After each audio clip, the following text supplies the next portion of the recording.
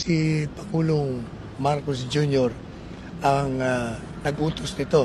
Abay mananagot siya sapagkat impeachable ground ang kanyang ginawa. Sapagkat pinagtaksilan niya ang sumpang ginawa niya bilang presidente ng bansa na pangalagaan at ipagtanggol ang interes ng bansa at ng ating kasarinlan.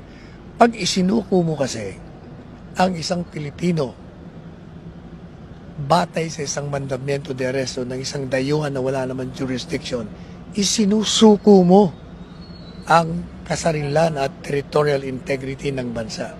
At yan ay culpable violation of the Constitution. Ito lang pag-deprive mo ng mga abogado. Kaya yung sinasabi ni Presidente Duterte, 2 linggo na nakakaraan, na mukhang tayo ay patungo sa diktadorya. Ano man patungo, eto na yon. Nandito na tayo. Ang nangyari kay PRRD ay isang politika. Ito'y tungkol sa 2028 elections. Kailangang siraan nila si Presidente Duterte at si VP Sara upang silang dalawa ay mawala sa political horizon sa 2028.